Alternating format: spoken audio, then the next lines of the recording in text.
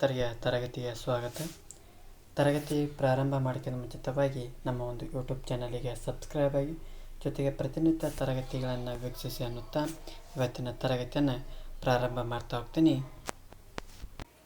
ಇವತ್ತಿನ ತರಗತಿಯೊಳಗೆ ಏನು ಮಾಡ್ತಾ ಹೋಗ್ತಾನಪ್ಪ ಅಂದ್ರೆ ಭಾರತದ ಸಂವಿಧಾನ ಅಂದರೆ ಇನ್ನು ಮುಂದೆ ಏನು ಮಾಡ್ತಾ ಹೋಗ್ತಾನಪ್ಪ ಅಂದ್ರೆ ಭಾರತದ ಸಂವಿಧಾನದ ಭಾಗಗಳು ಏನು ಮೊದಲಿಗೆ 22 ಇತ್ತು, ಈಗ ಎಷ್ಟದು 25 ಭಾಗಗಳು. ಈ 25 ಭಾಗಗಳನ್ನು ಪ್ರತಿನಿತ್ಯ ಏನು ಮಾಡ್ತೀನಿ, ಭಾಗ ಏನು ಒಂದೊಂದು ಭಾಗದಲ್ಲಿ 50 ಪ್ರಮುಖ MCQಗಳನ್ನು ಏನು ಮಾಡ್ತಾ ಹೋಗ್ತೀನಿ, ಚರ್ಚೆಗಳನ್ನು ಮಾಡ್ತಾ ಹೋಗ್ತೀನಿ. ಅಂದರೆ ಇವತ್ತು ಭಾಗ 1ರ ಬಗ್ಗೆ ಚರ್ಚೆ ಮಾಡಿದರೆ ಮರುದಿವಸ ಭಾಗ 2ರ ಬಗ್ಗೆ ಚರ್ಚೆಯನ್ನು ಈಗ ನಿರಂತರವಾಗಿ ಏನು 25 ಭಾಗಗಳನ್ನು ಸಂಪೂರ್ಣವಾಗಿ ಮುಗಿಸುವಂಥ ಜವಾಬ್ದಾರಿ ನಾನು ಮಾಡ್ತಾ ಹೋಗ್ತೀನಿ. ಇವುಗಳನ್ನು ಒಂದು ವೇಳೆ 25 ಭಾಗಗಳನ್ನು ನೀವು ಒಂದು ವೇಳೆ ಪರ್ಫೆಕ್ಟ್ ಆದಂತ ತಿಳ್ಕೊಳ್ರಿ, ನೀವು ಯಾವುದೇ ಒಂದು ಪರೀಕ್ಷೆಗೆ ಸಂವಿಧಾನದ ಪ್ರಕಾರ ನೀವು ಕೇಳುವಂಥ ಪ್ರಶ್ನೆಗಳಿಗೆ ನೇರವಾಗಿ ಉತ್ತರಿಸುವಂಥ ಪ್ರಯತ್ನವನ್ನು ಮಾಡ್ತಾ ಹೋಗ್ತೀನಿ. ಹಾಗಾಗಿ ಏನು ಮಾಡ್ತಾವನ ಈ ನೇರವಾಗಿ ಪ್ರಾರಂಭವನ್ನು ಮಾಡ್ತಾ ಹೋಗ್ತೀನಿ. ಭಾಗ 1 ಏನಪ್ಪ, ಒಕ್ಕೂಟ ಮತ್ತು ಅದರ ರಾಜ್ಯ ಕ್ಷೇತ್ರದ ಬಗ್ಗೆ ತಿಳಿಸ್ತಾ ಹೋಗ್ತೈತಿ. ಈ ಒಂದನೇ ಭಾಗದಲ್ಲಿ ವಿಧಿ 1ರಿಂದ 4 ವಿಧಿಗಳು ಬರ್ತಾವೆ. ಒಟ್ಟಾರೆಯಾಗಿ 4 ವಿಧಿಗಳು ಈ ಒಂದು ಭಾಗ 1ರಲ್ಲಿ ನೋಡ್ತಾ ಹೋಗ್ತೀವಿ. ನೇರವಾಗಿ ಪ್ರಶ್ನೆಗಳನ್ನು ಚರ್ಚೆಯನ್ನು ಮಾಡ್ತಾ ಹೋಗೋಣ. ಭಾರತ ಸಂವಿಧಾನದ ಭಾಗ 1 ಯಾವುದಕ್ಕೆ ಸಂಬಂಧಿಸಿದೆ? ಭಾರತ ಸಂವಿಧಾನದ ಭಾಗ 1 ಒಕ್ಕೂಟ ಮತ್ತು ಅದರ ರಾಜ್ಯ ಕ್ಷೇತ್ರ ಏನು ಒಕ್ಕೂಟ ಮತ್ತು ಅದರ ರಾಜ್ಯ ಕ್ಷೇತ್ರದ ಬಗ್ಗೆ ತಿಳಿಸ್ತಾ ಹೋಗ್ತೈತಿ. ಸಂವಿಧಾನದ ಭಾಗ 1ರಲ್ಲಿ ಎಷ್ಟು ವಿಧಿಗಳಿವೆ? ಸಂವಿಧಾನದ ಭಾಗ 1ರಲ್ಲಿ 1ರಿಂದ 4 ವಿಧಿಗಳು ಅದಾವೆ. ಅಷ್ಟು ಒಟ್ಟು 4 ವಿಧಿಗಳನ್ನು ಕಾಣ್ತಾ ಹೋಗ್ತೀವಿ. ಇಂಡಿಯಾ ಅಂದರೆ ಭಾರತ, ಇದು ರಾಜ್ಯಗಳ ಒಕ್ಕೂಟವಾಗಿರುತ್ತದೆ ಎಂದು ಘೋಷಿಸುವ ವಿಧಿ ಯಾವುದು? ವಿಧಿ 1 ಯಾವುದು?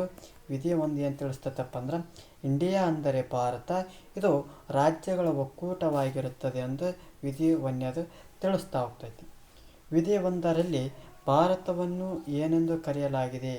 ವಿಧಿ 1ರೊಳಗೆ ಏನಂತ ಕರೆದ ಈಗ ಹೇಳಿದ್ವಿ, ಭಾರತವು ಒಂದು ರಾಜ್ಯಗಳ ಒಕ್ಕೂಟ ಅಂತಂದು ಕರಿತಾ ಹೋಗ್ತೀವಿ.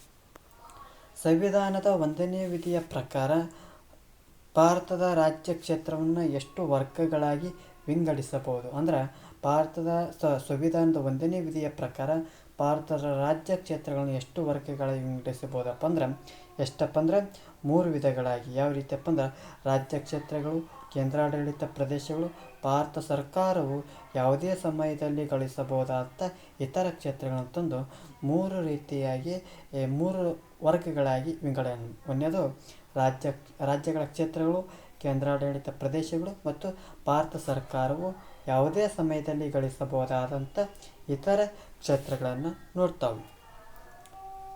ಹೊಸ ರಾಜ್ಯಗಳ ಸೇರ್ಪಡೆ ಮತ್ತು ಸ್ಥಾಪನೆಗೆ ಸಂಬಂಧಿಸಿದಂಥ ಅಧಿಕಾರವನ್ನು ಯಾವ ವಿಧಿ ನೀಡ್ತೈತಪ್ಪ ಅಂದ್ರೆ ವಿಧಿ 2ನೇ ವಿಧಿ ತಿಳಿಸ್ತಾ ಹೋಗ್ತೀವಿ. ಏನು 2ನೇ ವಿಧಿ ಏನು ತಿಳಿಸ್ತೈತಪ್ಪ ಅಂದ್ರೆ ಹೊಸ ರಾಜ್ಯಗಳ ಸೇರ್ಪಡೆ ಅಥವಾ ಸ್ಥಾಪನೆಗೆ ಸಂಬಂಧಿಸಿದಂಥ ಅಧಿಕಾರವನ್ನು ವಿಧಿ 2ನೇ ತಿಳಿಸ್ತಾ ಹೋಗ್ತೈತಿ.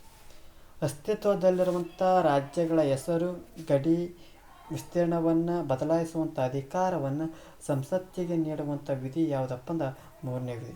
ಈ 3ನೇ ವಿಧಿ ಏನು ತಿಳಿಸ್ತೈತಪ್ಪ ಅಂದ್ರೆ ಅಸ್ತಿತ್ವದಲ್ಲಿರುವಂಥ ರಾಜ್ಯಗಳ ಹೆಸರಾಗಿರ್ಬೋದು, ಗಡಿ ಆಗಿರ್ಬೋದು, ವಿಸ್ತೀರ್ಣ ಅವುಗಳನ್ನು ಬದಲಾಯಿಸುವಂಥ ಅಧಿಕಾರ ಸಂಸತ್ತಿಗೆ ನೀಡುವಂಥ ವಿಧಿ ಯಾವುದಪ್ಪ ಅಂದ್ರೆ 3ನೇ ವಿಧಿ ಆಗ್ತಾ ಹೋಗ್ತೈತಿ. ಹೊಸ ರಾಜ್ಯವನ್ನು ರಚಿಸುವ ಅಥವಾ ಈಗಿರುವ ರಾಜ್ಯದ ಗಡಿಯನ್ನು ಬದಲಾಯಿಸುವಂಥ ಅಧಿಕಾರ ಯಾರಿಗೈತಿ? ಸಂಸತ್ತಿಗೈತಿ. ಯಾವ ವಿಧಿಯ ಮೂಲಕ? ಸಂವಿಧಾನದ 3ನೇ ವಿಧಿಯ ಮೂಲಕ ತಿಳಿಸ್ತಾ ಹೋಗ್ತೈತಿ. ವಿಧಿ 2 ಮತ್ತು 3ರ ಅಡಿಯಲ್ಲಿ ಮಾಡುವಂಥ ಕಾನೂನುಗಳು ಸಂವಿಧಾನದ ಯಾವ ಅನುಸೂಚಿಗಳಿಗೆ ತಿದ್ದುಪಡಿ ತರುತ್ತವೆ? ಏನು ವಿಧಿ 2 ಮತ್ತು 3ರ ಅಡಿಯಲ್ಲಿ ಮಾಡುವಂಥ ಕಾನೂನುಗಳು ಸಂವಿಧಾನದ ಯಾವ ಅನುಸೂಚಿಗಳಿಗೆ ತಿದ್ದುಪಡಿ ತರ್ತಪ್ಪ ಅಂದ್ರೆ 1ರಿಂದ 4ನೇ ಅನುಸೂಚಿಗಳಿಗೆ ಏನು ಮಾಡ್ತಾ ಹೋಗ್ತಪ್ಪ ಅಂದ್ರೆ ತಿದ್ದುಪಡಿಗಳನ್ನು ತರ್ತಾ ಹೋಗ್ತೈತಿ. ಎಷ್ಟು? 1ರಿಂದ 4ನೇ ಅನುಸೂಚಿಗಳವರೆಗೂ ತಿದ್ದುಪಡಿಯನ್ನು ತರ್ತಾ ಹೋಗ್ತೈತಿ. ವಿಧಿ 2 ಮತ್ತು 3ರ ಅಡಿಯಲ್ಲಿ ಮಾಡಲಾಗುವಂಥ ಕಾನೂನುಗಳನ್ನು ವಿಧಿ 368ರ ಅಡಿಯಲ್ಲಿ ಸಂವಿಧಾನ ತಿದ್ದುಪಡಿ ಎಂದು ಪರಿಗಣಿಸಲಾಗುವುದಿಲ್ಲ ಎಂದು ಹೇಳುವ ವಿಧಿ ಯಾವುದಪ್ಪ ಅಂದ್ರೆ 4ನೇ ವಿಧಿ. ಏನು ಹೇಳ್ತೈತಪ್ಪ ಅಂದ್ರೆ ಏನು ವಿಧಿ 2 ಮತ್ತು 3ರ ಅಡಿಯಲ್ಲಿ ಏನು ಮಾಡ್ಬೋದು, ನಾವು ಕಾನೂನುಗಳನ್ನು ತಿದ್ದುಪಡಿ ಮಾಡ್ಬೋದು. ಆದರೆ ಈ ವಿಧಿ 4ನೇ ವಿಧಿಯನ್ನು ಏನು ಮಾಡೋಕ್ಕಾಗಲ್ಲ, ತಿದ್ದುಪಡಿಯನ್ನು ಮಾಡೋಕ್ಕಾಗೋದಲ್ಲ. ಇನ್ನೊಂದು 368ನೇ ವಿಧಿ ಏನು ತಿಳಿಸ್ತದಪ್ಪ ಅಂದ್ರೆ ಸಂವಿಧಾನದ ಒಂದು ತಿದ್ದುಪಡಿಯ ಬಗ್ಗೆ ತಿಳಿಸ್ತಾ ಹೋಗ್ತೈತಿ. ಯಾವ ವಿಧಿ? 368ನೇ ವಿಧಿ ಸಂವಿಧಾನದ ತಿದ್ದುಪಡಿಯನ್ನು ತಿಳಿಸ್ತಾ ಹೋಗ್ತೈತಿ. ಜೊತೆಗೆ ಇಲ್ಲಿ ಸ್ವಲ್ಪ ಏನದು ಒಂದರಿಂದ 4 ವಿಧಿಗಳು ಏನಾಗ್ತು 4 ಪ್ರಶ್ನೆಗಳಾಗ್ತವೆ. ಹಾಗಾಗಿ ಇಲ್ಲಿ ಸ್ವಲ್ಪ ಹೆಚ್ಚಿನ ಮಾಹಿತಿಯನ್ನು ತೆಗೆದುಕೊಳ್ತಾ ಹೋಗ್ತೀನಿ. ರಾಜ್ಯಗಳ ರಚನೆ ಮತ್ತು ಸಂಸತ್ತಿನ ಪ್ರಕ್ರಿಯೆ ಅಂದ್ರೆ ಹೊಸ ರಾಜ್ಯ ರಚನೆಗೆ ಸಂಬಂಧಿಸಿದಂಥ ಮಸೂದೆಯನ್ನು ಸಂಸತ್ತಿನಲ್ಲಿ ಮಂಡಿಸಲು ಯಾರ ಮುಂಚಿನ ಶಿಫಾರಸು ಅಗತ್ಯ ಬೇಕಾಗತ್ತೆ? ಅಂದ್ರೆ ಏನಾದರೂ ಹೊಸ ರಾಜ್ಯನ ರಚನೆ ಮಾಡ್ಬೇಕಂದು ಒಂದು ಮಸೂದೆಯನ್ನೇ ಸಂಸತ್ತಿನಲ್ಲಿ ಮಂಡನೆ ಮಾಡ್ಬೇಕಾದ್ರೆ ಅದಕ್ಕಿಂತ ಮುಂಚೆ ಒಬ್ಬರ ಪರ್ಮಿಷನ್ ಬೇಕಾಗುತ್ತೆ. ಯಾರ್ದು? ರಾಷ್ಟ್ರಪತಿಗಳ ಒಂದು ಶಿಫಾರಸು ಮುಖ್ಯವಾಗಿ ಕಾಣ್ತಾ ಹೋಗ್ತೇವೆ. ರಾಜ್ಯದ ಗಡಿ ಬದಲಾವಣೆಯ ಮಸೂದೆಯನ್ನು ರಾಷ್ಟ್ರಪತಿಗಳು ಸಂಬಂಧಪಟ್ಟಂಥ ರಾಜ್ಯದ ಶಾಸಕಾಂಗಕ್ಕೆ ಏಕೆ ಕಳಿಸುತ್ತಾರೆ? ಅಂದ್ರೆ ಏನು ಒಂದು ರಾಜ್ಯದ ಒಂದು ಗಡಿ ಬದಲಾವಣೆ ಮಸೂದೆ ಮಂಡನೆ ಮಾಡೋಕ್ಕಿಂತ ಮುಂಚೆಗೆ ಯಾರೋ ಒಂದು ಅನುಮತಿ ಬೇಕು? ರಾಷ್ಟ್ರಪತಿಗಳು. ಒಂದು ವೇಳೆ ಆ ಮಸೂದೆಯನ್ನು ರಾಷ್ಟ್ರಪತಿಗಳು ಏನು ಮಾಡ್ತಾ ಹೋಗ್ತಾರೆ? ಆ ಸಂಬಂಧಪಟ್ಟಂಥ ರಾಜ್ಯದ ಶಾಸಕಾಂಗಕ್ಕೆ ಕಳಿಸ್ತಾ ಹೋಗ್ತಾರೆ. ಯಾಕೆ ಕಳಿಸ್ತಪ್ಪ ಅಂದ್ರೆ ಆ ರಾಜ್ಯದ ಒಂದು ಅಭಿಪ್ರಾಯವನ್ನು ತಿಳಿದುಕೊಳ್ಳಲು. ಯಾಕೆ? ಆ ರಾಜ್ಯದ ಒಂದು ಅಭಿಪ್ರಾಯವನ್ನು ತಿಳಿದುಕೊಳ್ಳಲು.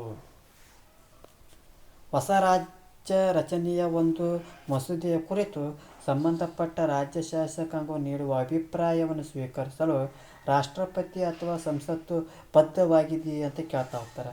ಏನದು ಪ್ರಶ್ನೆ ಕೇಳ್ತಾರೆ. ಹೆಂಗಪ್ಪ ಅಂದ್ರೆ ಒಂದು ವೇಳೆ ಹೊಸ ರಾಜ್ಯ ರಚನೆಗೆ ಮಸೂದೆಯ ಕುರಿತು ಸಂಬಂಧಪಟ್ಟಂಥ ರಾಜ್ಯ ಶಾಸಕಾಂಗವು ನೀಡುವ ಅಭಿಪ್ರಾಯವನ್ನು ಸ್ವೀಕರಿಸಲು ರಾಷ್ಟ್ರಪತಿ ಅಥವಾ ಸಂಸತ್ತು ಬದ್ಧವಾಗಿದೆ ಅಂತ ಕೇಳಿದ್ರೆ ಎಲ್ಲ ಬದ್ಧವಾಗಿಲ್ಲ ಅಂತ ಹೇಳ್ತಾ ಹೋಗ್ತಾರೆ. ಹೊಸ ರಾಜ್ಯವನ್ನು ರಚಿಸಲು ಸಂಸತ್ತಿನಲ್ಲಿ ಯಾವ ರೀತಿಯ ಬಹುಮತ ಅಗತ್ಯವೈತಿ? ಅಂದ್ರೆ ಹೊಸ ರಾಜ್ಯವನ್ನು ರಚನೆ ಮಾಡಬೇಕಾದ್ರೆ ಸಂಸತ್ತಿನಲ್ಲಿ ಯಾವ ರೀತಿಯ ಬಹುಮತದ ಅಗತ್ಯವೈತಪ್ಪ ಅಂದ್ರೆ ಸರಳ ಬಹುಮತದ ಮೂಲಕ ಏನು ಮಾಡ್ಬೋದು? ನಾವು ಹೊಸ ರಾಜ್ಯವನ್ನು ರಚಿಸುವಲ್ಲಿ ನೋಡ್ತಾ ಹೋಗ್ಬೋದು.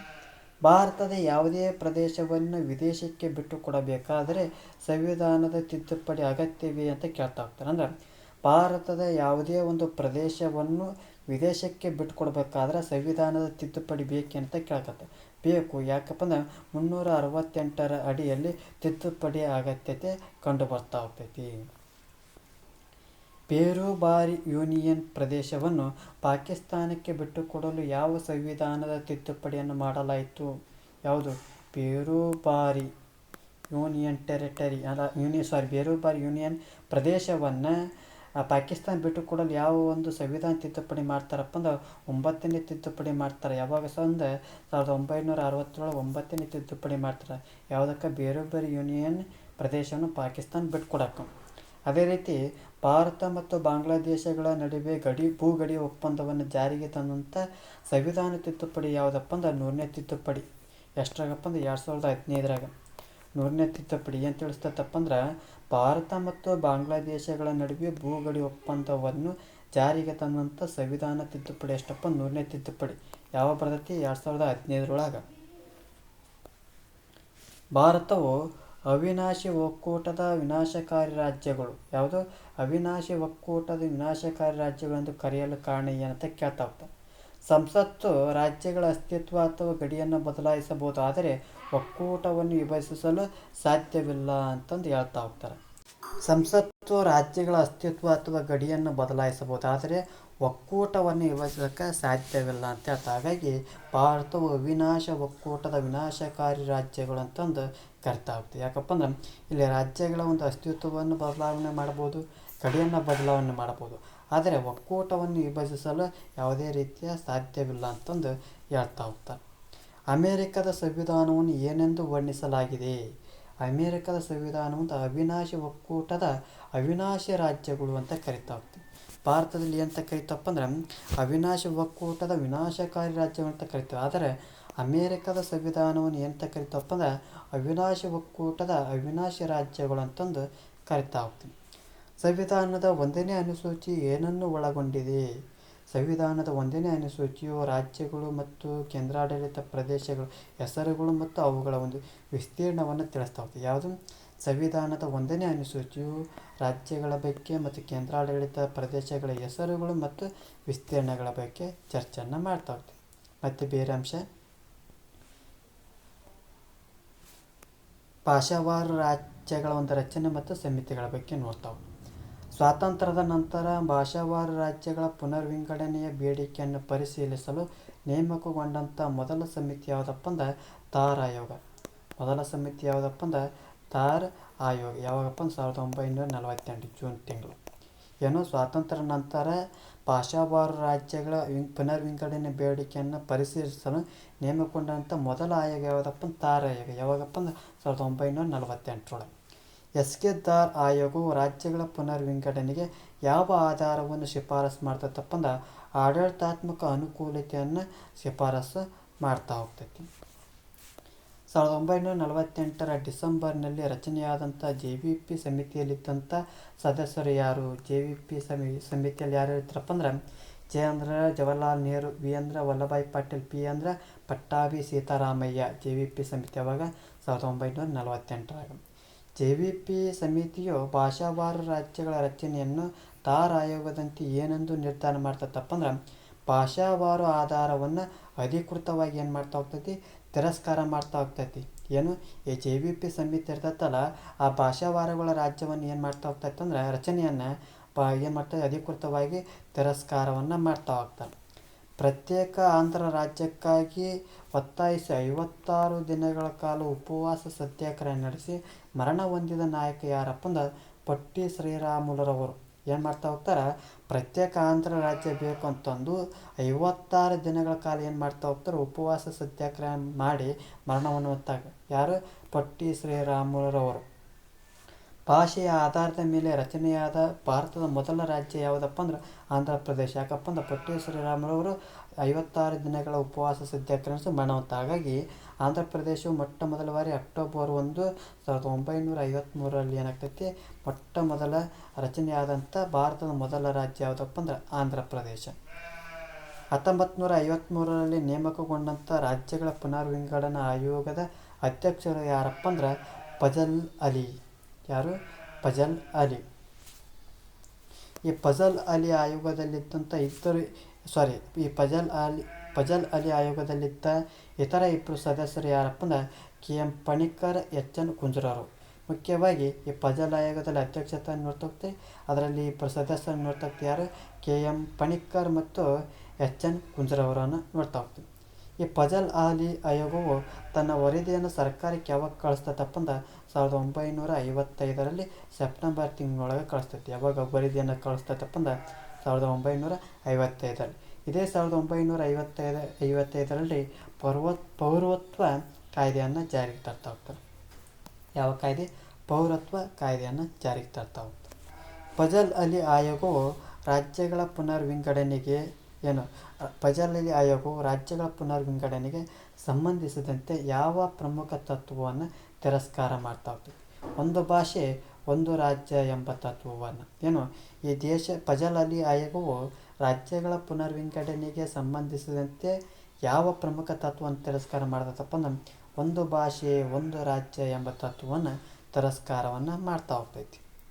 ಮತ್ತು ಮುಂದುವರೆದು ರಾಜ್ಯಗಳ ಪುನರ್ವಿಂಗಡಣಾ ಕಾಯ್ದೆ ಮತ್ತು ತಿದ್ದುಪಡಿಗಳ ಬಗ್ಗೆ ನೋಡ್ತಾ ಹೋಗೋಣ. ರಾಜ್ಯಗಳ ಪುನರ್ವಿಂಗಡಣಾ ಕಾಯ್ದೆಯನ್ನು ಯಾವಾಗ ಜಾರಿಗೆ ತರ್ತಾ ಹೋಗ್ತಾರಪ್ಪ ಅಂದ್ರೆ 1956. ಯಾವಾಗ? ರಾಜ್ಯಗಳ ಪುನರ್ವಿಂಗಡಣಾ ಕಾಯ್ದೆಯನ್ನು 1956 ಜಾರಿಗೆ ತರ್ತಾ ಹೋಗ್ತಾರೆ. 1956 ರಾಜ್ಯಗಳ ಪುನರ್ವಿಂಗಡಣಾ ಕಾಯ್ದೆ 7ನೇ ಸಂವಿಧಾನ ತಿದ್ದುಪಡಿಯ ಮೂಲಕ ಎಷ್ಟು ರಾಜ್ಯ ಮತ್ತು ಕೇಂದ್ರಾಡಳಿತ ಪ್ರದೇಶಗಳನ್ನು ರಚನೆ ಮಾಡ್ತಾ ಹೋಗ್ತಾರ ಅಂದ್ರೆ 1956 ರಾಜ್ಯ ಪುನರ್ವಿಂಗಡಣೆ ಕಾಯ್ದೆಯ ಮೂಲಕ 7ನೇ ಸಂವಿಧಾನದ ತಿದ್ದುಪಡಿಯ ಮೂಲಕ 14 ರಾಜ್ಯಗಳು 6 ಕೇಂದ್ರಾಡಳಿತ ಪ್ರದೇಶಗಳನ್ನು ಏನು ಮಾಡ್ತಾ ಹೋಗ್ತಾರೆ, ರಚನೆಯನ್ನು ಮಾಡ್ತಾ ಹೋಗ್ತಾರೆ. ಯಾವಾಗ? 1956 7ನೇ ತಿದ್ದುಪಡಿ 14 ರಾಜ್ಯಗಳು ಮತ್ತು 6 ಕೇಂದ್ರಾಡಳಿತ ಪ್ರದೇಶಗಳನ್ನು ರಚನೆಯನ್ನು ಮಾಡ್ತಾ ಹೋಗ್ತಾರೆ. 1956 ನಂತರ ಭಾಷಾವಾರು ಆಧಾರದ ಮೇಲೆ ವಿಭಜನೆಗೊಂಡು ರಚನೆಯಾದಂಥ ಮೊದಲ ರಾಜ್ಯ ಯಾವುದಪ್ಪ ಅಂದ್ರೆ ಗುಜರಾತ್. ಯಾವಾಗ? 1960 15ನೇ ರಾಜ್ಯ ಆಗ್ತೈತಿ. ಭಾರತದಲ್ಲಿ ರಚನೆಯಾದಂಥ ಮೊದಲ ರಾಜ್ಯ ಯಾವುದಪ್ಪ ಅಂದ್ರೆ ಆಂಧ್ರ ಪ್ರದೇಶ್. ಭಾಷಾವಾರು ಆಧಾರದ ಮೇಲೆ ವಿಭಜನೆಗೊಂಡಂಥ ಮೊದಲ ರಾಜ್ಯ ಯಾವುದಪ್ಪ ಅಂದ್ರೆ ಗುಜರಾತ್. ಯಾವುದು? ಗುಜರಾತನ್ನು ನೋಡ್ತೀವಿ. ಯಾವಾಗಪ್ಪ ಅಂದ್ರೆ 1960 ಎಷ್ಟನೇ ರಾಜ್ಯ ಆಗ್ತೈತಪ್ಪ ಅಂದ್ರೆ 15ನೇ ರಾಜ್ಯ ಆಗೋದು ಕಂಡು ಬರ್ತಾ ಹೋಗ್ತೈತಿ. ದಾದ್ರಾ ಮತ್ತು ನಗರ್ ಹವೇಲಿಯನ್ನು ಎಷ್ಟನೇ ತಿದ್ದುಪಡಿಯ ಮೂಲಕ ಕೇಂದ್ರಾಡಳಿತ ಪ್ರದೇಶವಾಗಿ ಸೇರಿಸಲಾಯಿತು. ಈ ದಾದ್ರಾ ಮತ್ತು ನಗರ ಹವೇಲಿಯನ್ನು 10ನೇ ತಿದ್ದುಪಡಿಯ ಮೂಲಕ 1961ನೇ ಒಳಗೆ ಏನು ಮಾಡ್ತಾ ಹೋಗ್ತಾರೆ, ಕೇಂದ್ರಾಡಳಿತ ಪ್ರದೇಶವನ್ನಾಗಿ ಸೇರಿಸ್ತಾ ಹೋಗ್ತಾರೆ. ಎಷ್ಟು? 10ನೇ ತಿದ್ದುಪಡಿಯ ಮೂಲಕ 1961ರೊಳಗೆ ಕೇಂದ್ರಾಡಳಿತ ಪ್ರದೇಶವನ್ನಾಗಿ ಸೇರಿಸ್ತಾ ಹೋಗ್ತಾರೆ. ಆಪರೇಷನ್ ವಿಜಯ್ ಎನ್ನುವುದು ಆಪರೇಷನ್ ವಿಜಯ್ ಮಿಲಿಟರಿ ಕಾರ್ಯಾಚರಣೆಯ ಮೂಲಕ ಭಾರತದ ಒಕ್ಕೂಟಕ್ಕೆ ಸೇರಿದ ಪ್ರದೇಶ ಯಾವುದಪ್ಪ ಅಂದ್ರೆ ಗೋವಾ, ದಮನ್, ದಿಯು. ಯಾಕಪ್ಪ ಅಂದ್ರೆ ಇಲ್ಲಿ ಪೋರ್ಚುಗೀಸರು ಎಲ್ಲರೂ ಬಿಟ್ಟು ಹೋದ್ರೆ ಇವ್ರು ಹೋಗಿರೋಂಗಿಲ್ಲ. ಹಾಗಾಗಿ ಈ ಒಂದು ಆಪರೇಷನ್ ವಿಜಯ್ ಎಂಬ ಮಿಲಿಟರಿ ಕಾರ್ಯಾಚರಣೆ ಮೂಲಕ ಏನು ಮಾಡ್ತಾ ಹೋಗ್ತಾರೆ, ಗೋವಾ, ದಮನ್, ದಿಯು ಏನು ಮಾಡ್ತಾ ಹೋಗ್ತಾರೆ, ಭಾರತದ ಒಕ್ಕೂಟಕ್ಕೆ ಸೇರಿಸ್ಕೊಳ್ತಾ ಹೋಗ್ತಾರೆ.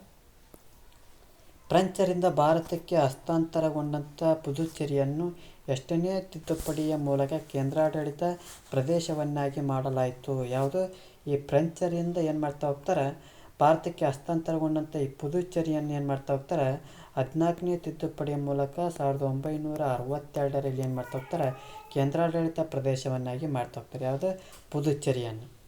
ಯಾವಾಗ? 14ನೇ ತಿದ್ದುಪಡಿಯ ಮೂಲಕ 1962ರಲ್ಲಿ. 1963ರಲ್ಲಿ ಅಸ್ಸಾಂನಿಂದ ಬೇರ್ಪಟ್ಟು ಭಾರತದ 16ನೇ ರಾಜ್ಯವಾಗಿ ಉದಯಿಸಿದ ರಾಜ್ಯ ಯಾವುದಪ್ಪ ಅಂದ್ರೆ ನಾಗಾಲ್ಯಾಂಡ್. 15ನೇ ರಾಜ್ಯ ಯಾವುದಪ್ಪ ಅಂದ್ರೆ ಗುಜರಾತು. 16ನೇ ರಾಜ್ಯ ಯಾವುದಪ್ಪ ಅಂದ್ರೆ ನಾಗಾಲ್ಯಾಂಡ್. ಯಾವ ರಾಜ್ಯದ ಬೇರ್ಪಟ್ಟು? ಅಸ್ಸಾಂ ರಾಜ್ಯದ ಬೇರ್ಪಟ್ಟು 16ನೇ ರಾಜ್ಯ ಆಗಿ ನಾಗಾಲ್ಯಾಂಡ್ ನೋಡ್ತಾ ಹೋಗ್ತೀವಿ. ಪಂಜಾಬ್ ರಾಜ್ಯವನ್ನು ಪಂಜಾಬ್ ಮತ್ತು ಹರಿಯಾಣ ಎಂದು ವಿಭಜಿಸಲು ಶಿಫಾರಸು ಮಾಡಿದ ಸಮಿತಿ ಯಾವುದು? ಏನು ಈ ಪಂಜಾಬ್ ರಾಜ್ಯವನ್ನು ಪಂಜಾಬ್ ಮತ್ತು ಹರಿಯಾಣ ಎಂದು ವಿಭಜಿಸಲು ಏನು ಮಾಡ್ತಾ ಹೋಗ್ತದಪ್ಪ ಅಂದ್ರೆ ಶಿಫಾರಸು ಮಾಡಿದ ಸಮಿತಿ ಯಾವುದಪ್ಪ ಅಂದ್ರೆ ಶಾ ಆಯೋಗ. ಯಾವಾಗಪ್ಪ ಅಂದ್ರೆ 1966 ಒಳಗೆ ನೋಡ್ತಾ ಹೋಗ್ತೀವಿ. ಸಿಕ್ಕಿಂ ಭಾರತದ ಸಹವರ್ತಿ ರಾಜ್ಯವಾಗಿ ಎಷ್ಟನೇ ತಿದ್ದುಪಡಿಯ ಮೂಲಕ ಸೇರ್ಪಡೆಯಾಯಿತು? ಸಿಕ್ಕಿಂ ರಾಜ್ಯವು 35ನೇ ತಿದ್ದುಪಡಿಯ ಮೂಲಕ 1974ರಲ್ಲಿ ಏನಾಗ್ತೈತಿ, ಸಹವರ್ತಿ ರಾಜ್ಯವಾಗಿ 35ನೇ ತಿದ್ದುಪಡಿಯ ಮೂಲಕ 1974ರಲ್ಲಿ ಭಾರತಕ್ಕೆ ಸೇರ್ಪಡೆ ಆಗೋದು ಕಂಡು ಬರ್ತಾ ಹೋಗ್ತದೆ. ಸಿಕ್ಕಿಮಿಗೆ ಪೂರ್ಣ ಪ್ರಮಾಣದ ರಾಜ್ಯದ ಸ್ಥಾನಮಾನವನ್ನು ನೀಡಿದಂಥ ಸಂವಿಧಾನ ತಿದ್ದುಪಡಿ ಯಾವುದಪ್ಪ ಅಂದ್ರೆ 36ನೇ ತಿದ್ದುಪಡಿ 1975ರಲ್ಲಿ ನೀಡ್ತಾ ಹೋಗ್ತಾರೆ. ಏನು ಈ ಸಿಕ್ಕಿಂ ರಾಜ್ಯಕ್ಕೆ ಪೂರ್ಣ ಪ್ರಮಾಣದ ರಾಜ್ಯದ ಸ್ಥಾನಮಾನ ನೀಡಿದಂಥ ಸಂವಿಧಾನ ತಿದ್ದುಪಡಿ 36ನೇ. ಯಾವಾಗ? 1975ರೊಳಗೆ ನೋಡ್ತಾ ಹೋಗ್ತೀವಿ. ಮತ್ತು ಬೇರೆ ಅಂಶವನ್ನು ನೋಡ್ತಾ ಹೋಗ್ತೀವಿ. ಇತ್ತೀಚಿನ ರಾಜ್ಯಗಳ ಉದಯ ಮತ್ತು ಹೆಸರು ಬದಲಾವಣೆಯನ್ನು ನೋಡ್ತಾ ಹೋಗ್ತೀವಿ. 2000ನೇ ಇಸವಿಯಲ್ಲಿ ಮಧ್ಯಪ್ರದೇಶದಿಂದ ಬೇರ್ಪಟ್ಟು ಭಾರತದ 26ನೇ ರಾಜ್ಯವಾಗಿ ರಚನೆಯಾದಂಥ ರಾಜ್ಯ ಯಾವುದಪ್ಪ ಅಂದ್ರೆ ಛತ್ತೀಸ್ಗಢ. ಯಾವಾಗ? ನವೆಂಬರ್ 1, 2000 26ನೇ ರಾಜ್ಯ ಆಗಿ ಮಧ್ಯಪ್ರದೇಶದಿಂದ ಯಾವ ರಾಜ್ಯ ಉಗಮ ಆಗ್ತೈತಪ್ಪ ಅಂದ್ರೆ ಛತ್ತೀಸ್ಗಢ ರಾಜ್ಯ ಉಗಮ ಆಗೋದು ಕಂಡು ಬರ್ತಾ ಹೋಗ್ತೈತಿ. ಜೊತೆಗೆ ಉತ್ತರ ಪ್ರದೇಶದಿಂದ ಬೇರ್ಪಟ್ಟು ಉತ್ತರಾಂಚಲ ಅಂದ್ರೆ ಪ್ರಸ್ತುತ ಉತ್ತರಾಖಂಡ ಅಂತ ಕರಿತಾವಲ್ಲ, ಈ ರಾಜ್ಯ ಯಾವಾಗ ಅಸ್ತಿತ್ವ ಪಡೆದಪ್ಪ ಅಂದ್ರೆ ನವೆಂಬರ್ 9. ಯಾವಾಗ? ನವೆಂಬರ್ 9. ಇದು ಕೂಡ 2000 ಇಸ್ವಿಯಲ್ಲಿ ಕಂಡು ಬರ್ತಾ ಹೋಗ್ತೈತಿ. ಯಾವ ಇಸ್ವಿಯಲ್ಲಿ? 2000 ಇಸ್ವಿಯಲ್ಲಿ. ಯಾವ ಒಂದು ರಾಜ್ಯದಿಂದ? ಉತ್ತರ ಪ್ರದೇಶದಿಂದ ಉತ್ತರಾಖಂಡ ಎಂಬ ರಾಜ್ಯ ಕಂಡು ಬರ್ತಾ ಹೋಗ್ತೈತಿ. ಬಿಹಾರದಿಂದ ಬೇರ್ಪಟ್ಟು ಭಾರತದ 28ನೇ ರಾಜ್ಯವಾಗಿ ಜಾರ್ಖಂಡ್ ರಚನೆಯಾದಂಥ ದಿನಾಂಕ ಯಾವುದು? ನವೆಂಬರ್ 15, 2000 ಇಸವಿ. ಬಿಹಾರದಿಂದ ಬೇರ್ಪಟ್ಟು ರಾಜ್ಯದ 28ನೇ ರಾಜ್ಯವಾಗಿ ಜಾರ್ಖಂಡ್ ರಚನೆ ಆಗ್ತೈತಿ. ಯಾವಾಗಪ್ಪ? ನವೆಂಬರ್ 15, 2000 ಇಸ್ವಿಯಲ್ಲಿ.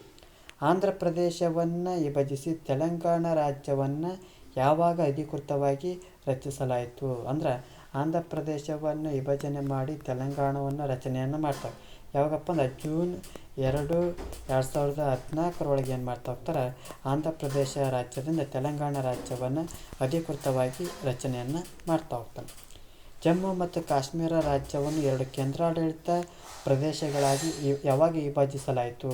ಅಂದ್ರೆ ಜಮ್ಮು ಮತ್ತು ಕಾಶ್ಮೀರವನ್ನು 2 ಕೇಂದ್ರಾಡಳಿತ ಪ್ರದೇಶಗಳು ಯಾವಾಗ ವಿಭಜನೆ ಮಾಡ್ತಾರಪ್ಪ ಅಂದ್ರೆ ಅಕ್ಟೋಬರ್ 31, 2019ರೊಳಗೆ ಏನು ಮಾಡ್ತಾ ಹೋಗ್ತಾರೆ, ಕೇಂದ್ರಾಡಳಿತ ಪ್ರದೇಶಗಳನ್ನಾಗಿ ಮಾಡ್ತಾ ಹೋಗ್ತಾರೆ.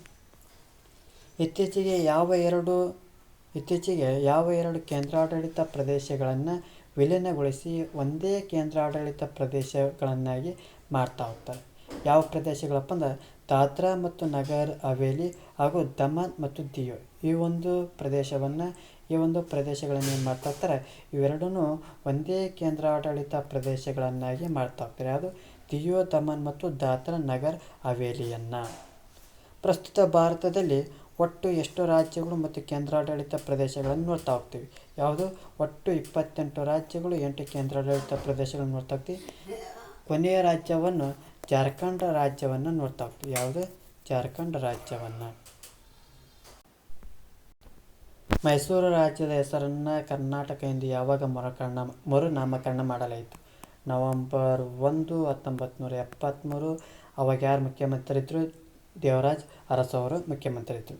ಮದ್ರಾಸ್ ರಾಜ್ಯದ ಹೆಸರನ್ನು ತಮಿಳುನಾಡು ಎಂದು ಬದಲಾಯಿಸಿದ ವರ್ಷ ಯಾವುದು? 1969ರಲ್ಲಿ ನೋಡ್ತಾ ಹೋಗ್ತೀವಿ. ಕೊನೆಯ ಪ್ರಶ್ನೆ, ಒಡಿಶಾ ರಾಜ್ಯದ ಹೆಸರನ್ನು ಒರಿಸ್ಸಾದಿಂದ ಒಡಿಶಾ ಎಂದು ಎಷ್ಟನೇ ತಿದ್ದುಪಡಿಯ ಮೂಲಕ ಬದಲಾವಣೆ ಮಾಡ್ತಾರಪ್ಪ ಅಂದ್ರೆ 96ನೇ ತಿದ್ದುಪಡಿಯ ಮೂಲಕ 2011ನೇ ಇಸ್ವಿಯಲ್ಲಿ ಏನು ಮಾಡ್ತಾ ಹೋಗ್ತಾರೆ, ಒರಿಸ್ಸಾ ಇದ್ದದ್ದನ್ನು ಒಡಿಶಾ ಅಂತ ಮಾಡ್ತಾ ಹೋಗ್ತಾರೆ. ಇದಿಷ್ಟು ಏನಪ್ಪ ಅಂದ್ರೆ ಸಂವಿಧಾನದ ಮೊದಲನೇ ಭಾಗ, ಭಾರತ ಮತ್ತು ರಾಜ್ಯಗಳ ಒಕ್ಕೂಟ 1-4 ವಿಧಿಗಳ ಬಗ್ಗೆ ಏನು ಮಾಡ್ತೀವಿ, ಚರ್ಚೆನ ಮಾಡ್ತೀವಿ. ಈ ಒಂದು ತರಗತಿ ಎಷ್ಟಾಗಿತ್ತಪ್ಪ ಅಂದ್ರೆ ನಮ್ಮ ಒಂದು ಯೂಟ್ಯೂಬ್ ಚಾನಲಿಗೆ ಏನು ಮಾಡ್ತಾವ್ರಿ, ಸಬ್ಸ್ಕ್ರೈಬ್ ಮಾಡ್ತಾವ್ರಿ. ಈ ಒಂದು ತರಗತಿ ಎಷ್ಟಾಗಿತ್ತಪ್ಪ ಅಂದ್ರೆ ಲೈಕ್ ಮಾಡಿ, ಎಲ್ಲದಿದ್ದರೆ ಡಿಸ್ಲೈಕ್ ಮಾಡಿ. ಏನಾದರೂ ದೋಷಗಳು ಮತ್ತು ನಿಮ್ಮ ಒಂದು ಅಭಿಪ್ರಾಯವನ್ನು ಕಮೆಂಟ್ ಬಾಕ್ಸ್ನ ಮೂಲಕ ತಿಳಿಸಿ ಅನ್ನುತ್ತಾ ಈ ಒಂದು ತರಗತಿಯನ್ನು ಮುಗಿಸ್ತಾ ಇದ್ದೀನಿ. ಎಲ್ಲರಿಗೂ ಧನ್ಯವಾದಗಳು.